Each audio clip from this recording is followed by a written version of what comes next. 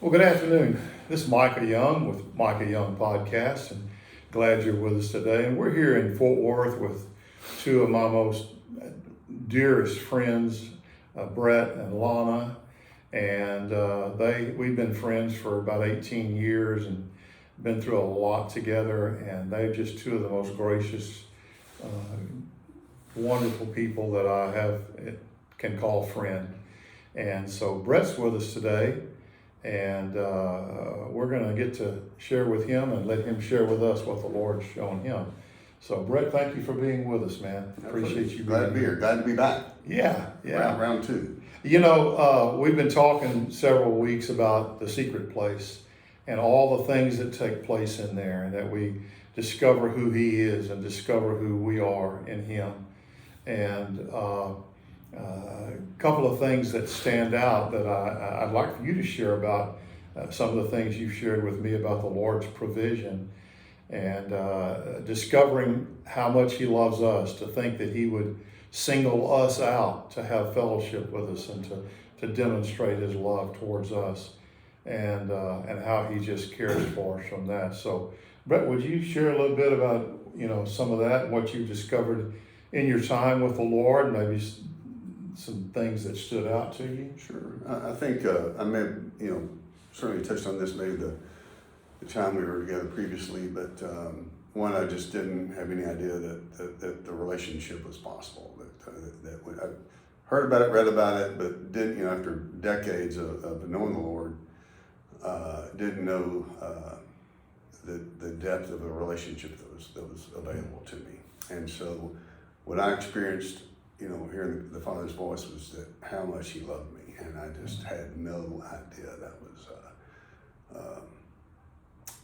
again, what you read about, but then just experiencing His love and knowing that if He loves you that much, then part of that, part of that love is provision and being taken care of, and with your counsel, Micah.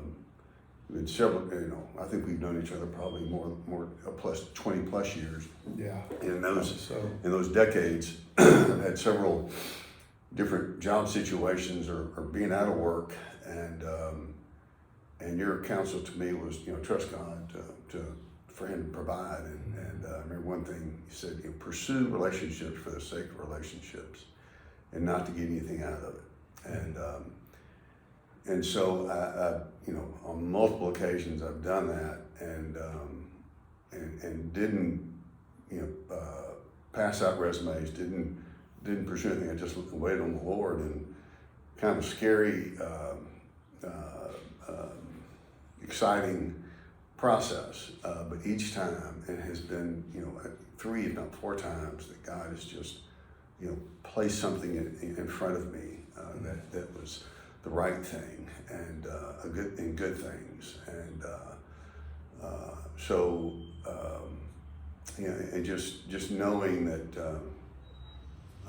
that He loves me that much, that it's not up to me, and that I think especially young people today, and so much pressure to perform and to get in the world and provide for yourself and for your family, and it's just a lot of pressure. And what I experienced was that there's the reality was that God does not want us to live in that pressure, that He wants us to rely on Him and let Him take care of it. And He's proven to me that over and over that's what He wants to do and what He will do. It doesn't mean that the next time that I don't have my doubts and fears and they arise again, but then you just go back to the Father and let Him prove Himself to you again, and just taking that a little bit a step further. Got Isaac is our oldest son's about to graduate this May from college, and last summer he needed an internship. He needed a good internship that would. So we started looking for that, and didn't have anything that was immediately available. So I told him, I said, let's just quit trying. Let's just sit back and see what God does. And as soon as I said that, I went, what in the world did I just do? What if it doesn't work out for him? And sure enough, just a beautiful provision was someone sought him out, and how it came, and how it he rested, sat back, and God delivered, and so now he's having to do that again, and rest and wait, and let God prove himself to him again. What a wonderful picture. Absolutely. You know, not just in the business world, and you're in the oil industry, and you know, in this part of the country, that's a huge deal. A lot of people out there are involved in that, but the same is true in ministry. We have a tendency to see people not as relationships, but kind of as a network. You know, what can I do for them? What can you do for me? You know, what club can you get me in? What, you know, I preach at your church, you preach at my church, and it diminishes the value of people, and it misses the heart of the Father. He's got all that stuff figured out, and if we can trust him and let him do it, inevitably he blows our mind at how he pulls it off. And I can certainly relate, every time he does it, and then you have to do it again, you think, do you really have more? I mean, you got more things that you can do to show me your wonder in all of this? Has that kind of been the case with you? It blows my doors off. Yeah, absolutely. And I think, especially when I was younger, when I was trying to really had a hard time starting off and figuring out what I was going to do, and especially with a young family and providing for kids, I know that there was a period of time when I was pursuing relationships for what I could get out of them. Mm-hmm. And I just look back, you know, I don't know how unhealthy that was. I know it was unhealthy, and I don't know how I was, you know, how I presented myself in those relationships. Mm-hmm. Couldn't have been great. It might have been horrible. Mm-hmm. But now just knowing that, you know, relationships for the sake of relationships, mm-hmm. And the freedom, and I would say that that's been a really big word for me since, Mike, you kind of led us, me and Lana and our family, into the intimacy with the Father, is the freedom that he gives you, the freedom from performance, the freedom from the responsibilities and the weight that the world puts on us. You know, it's I think that's been a tremendously impactful term and experience I've had, is the freedom that exists in Christ. Well, if I could say to anybody listening, I mean, if that's your approach, if you're struggling with that, I can tell you that it is a two-edged hammer, really, because if I see people and relate to them for what they can do for me, I can promise you're going to be disappointed. And so they disappoint you, and there goes the relationship. And if it does make it through, I can promise you that the person you have this expectation of is going to be under tremendous pressure to try to meet up to your expectations. And that's a terrible environment to have a relationship. We do that all the time with people. And so to be able to trust the Father with things like jobs and with our future, and without an expectation even of him, but just knowing he's going to do it, he's going to do it his way, and it's going to be good. And I mean, every time that he did that, was it the way you expected it to be? Was it, I mean, did you have it all figured out and say, this is what it's going to look like when he does it, or was it surprise? Kind of. It never presented itself in the same way. It never. It was in ways I couldn't even have imagined. They were all unique and special and beautiful and unique in their own way. There was no system or formula for it whatsoever. Mm-hmm. And I think, you know, I was sharing this just this week with some younger folks that, and I think a term you've used in the past, Mike, has been you know, it's a different realm when you're you know, walking with the Father and that kind of relationship. It is you know, it is a different realm, and it's not. It's kind of flesh versus spirit, and it's just kind of in that, you know, spirit sense, and maybe I'll use that term. And I am very much kind of, you know, naturally kind of fearful and trusting, and but there is an excitement to hearing the Father and stepping out and what you think He wants you to do. It's and to kind of live on that little edge is really hard for me, but it's really exciting, and it's life-giving. But it is living in a different realm, and that realm is good, and that realm is exciting, and that realm is so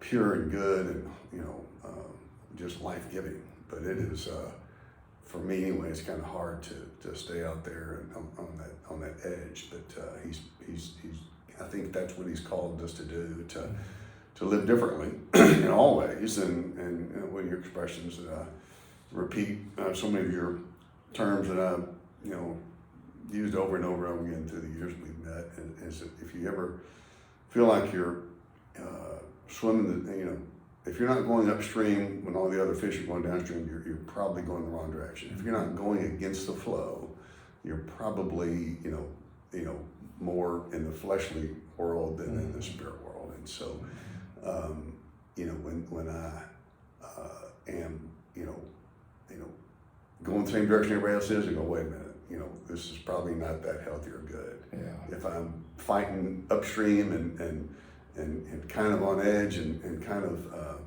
you know, kind of intense, or maybe even kind of fearful, you know, that's probably where I need to be. And it's really, you know, it has gotten more comfortable for me for the years that God has spoken to me in that regard. But it, you know, and there's just maybe a flavor of it that I've kind of started to be aware of and to kind of pursue. And it's exciting, but and every time it's almost, you think after all, you know, a couple of decades at it, you kind of get used to it, but you just don't. And I think that's why you kind of have to go back and you know, and have you know, be in the quiet place to be alone with the Father. If you're not, you know, you're starting right back over where you were, and the good thing is, as soon as you step back in, you know, if you've been out for a day or 2 days or whatever, ever long, you know, God welcomes you back, and there's no penalty box. It's just okay, here we go again. Let's do what we need to do today. Well, it's interesting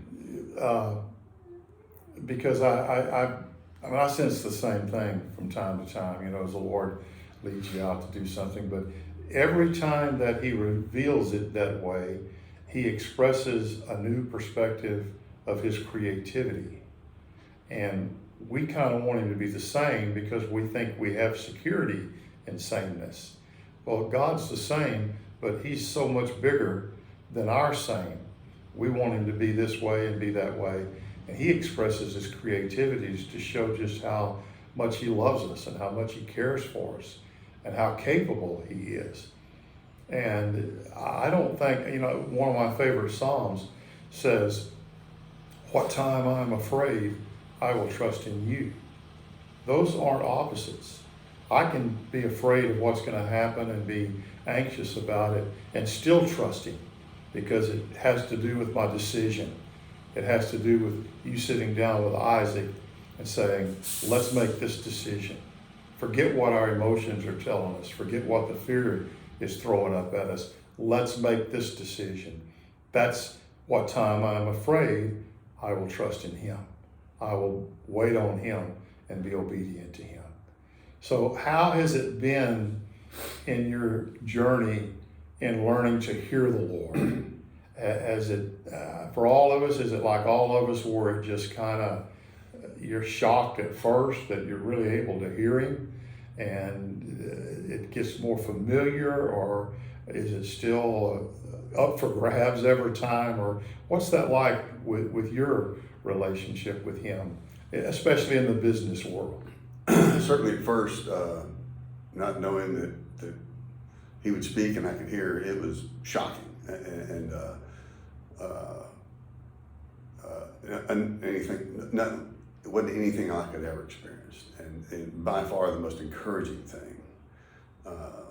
Just to consider that the God of the universe, spoke to me at that moment, and maybe in a very small, insignificant way almost, but just confirming that he loved me and cared for me, and was, again, just, me, just one individual, and him taking the time and trouble to express himself to me was just like, wow, this is, I'm loved. I'm part of the kingdom, and then I guess as the years have gone by, and to me, what I certainly never hearing the Father audibly, but just kind of that still, quiet voice. Kind of the filter that I use is it something? Is that thought? Was that from the Father? Is it something I would have thought of myself? And if it seemed like it just came out of left field, or wasn't something that I even wouldn't even maybe the language that I would have put to something, then I think, okay, I think that might be the Father. Let's make sure it doesn't it fits with Scripture and all, but then kind of move forward. It feels like that was something that I wouldn't have thought of myself, and that's been a pretty good filter for me. And in the work world, I have tried to utilize that, and it's funny. I think there was a project I felt like the Father had provided me to work on, and it wasn't financially successful. And did I miss this? Did I miss that, or did I not hear right? Or maybe there was a purpose in it that I don't understand, and that's okay too. And if it's also okay if I didn't hear him right, it was there was relationships built through it, and there was truth and honesty and integrity in that relationship, but it didn't work financially. And so I don't know, should I have not done that? I don't know, and it's okay if I shouldn't have. I don't feel penalized by that. And but just recently, in the last couple of weeks, I felt like the Lord spoke to me about something. I'm kind of taking the steps to pursue it, and we'll see what goes. But it's again, that's just exciting that I think that He would express something to me, and allow me to pursue it, and to walk with Him in it, and to see where it goes. It's really exciting and fun, and the end of the pursuit is not all financial by any means. It's relationship, and it's it actually keeps you coming back and staying close to Him. And I don't want to do anything that He's not in. Yeah. I don't want to be part of anything that the Father doesn't start, because there's no life in it. Yeah. And I don't need to. Why would I? Yeah. Well, I don't. Speaking to whoever's watching, I don't ever want to give the impression that this idea about hearing the Lord and fellowship with Him is just about what I can get out of it. I know, and specifically with Brett, I have benefited from his hearing the Lord. There have been things that he said to him that were beneficial to me. His son benefits from it, him learning to hear the Lord. The people in these business deals, they benefit from what God's shown him in that time. And so it's very easy to get tunnel vision about what God's going to do and how He's going to do it, and miss the bigger picture. I mean, the father of faith, Abraham, said he went out not knowing where he was going. He didn't have any clue what it was going to be like, but he went out trusting the Father. And I know, to me, you've been a testament of that, that even whenever you did a deal or something, and we talked about it and prayed about it, and there wasn't the financial benefit from it, there wasn't a resentment to the Father, at least that I saw. And like you said, okay, what else did you want to show me in this? And so it's much broader. The kingdom of God is much broader than just what He does with me. It's what He does with me in the kingdom of God. And it's always a surprise, even as many times as you've seen Him do it. It's like planting something in a garden. Every time I put a seed in the garden, I'm stunned that something comes up out of there and it produces fruit. And but that's the excitement of that relationship with Him. Never gets boring.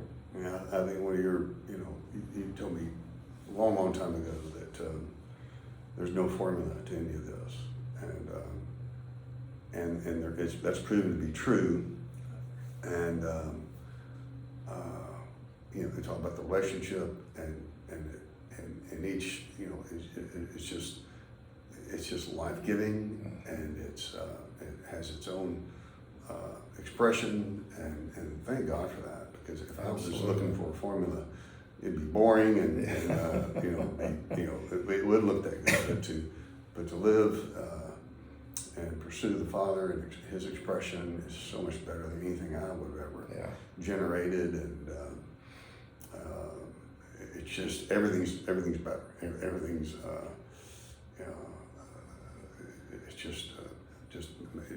it's just really life-giving. Yeah, organic. I asked a friend of mine just not too long ago, he was struggling with some of this and how to keep it balanced. And I just asked him this question. I said, do you want your life, when it's all over, do you want your life explained in terms of what you accomplished? Or do you want your life explained in terms, God did all that? There's no way He could have done that. It had to be the Father working in His heart. And I know it's your heart and it's my heart that I want my life explained in terms of the Father, and I want Him revealed in everything that's done. Yeah. And just a thought I had as you were saying that, Micah, if it's business or personal or whatever it is, if God does something and you can't take the credit part, and it's good, and there is a great result with it. I've learned the reward of that is so much better than something if I was just good at, if I was able to do something myself, and the result was this. Well, to be part of what God does is just 10 times. It's infinite times better, because you can't take the credit, and you don't want the credit, because you're getting part of something that God, the universe, is doing. Bigger than you. It's huge, and it's so much better than anything that we could have thought of or done on our own. Well, brother, thank you for being with us today. I just enjoy this time.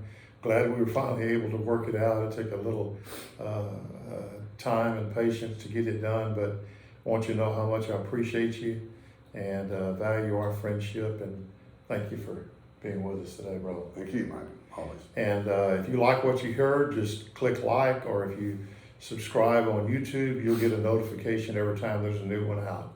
And Lord bless you, and trust me, He can be trusted. Lord bless you.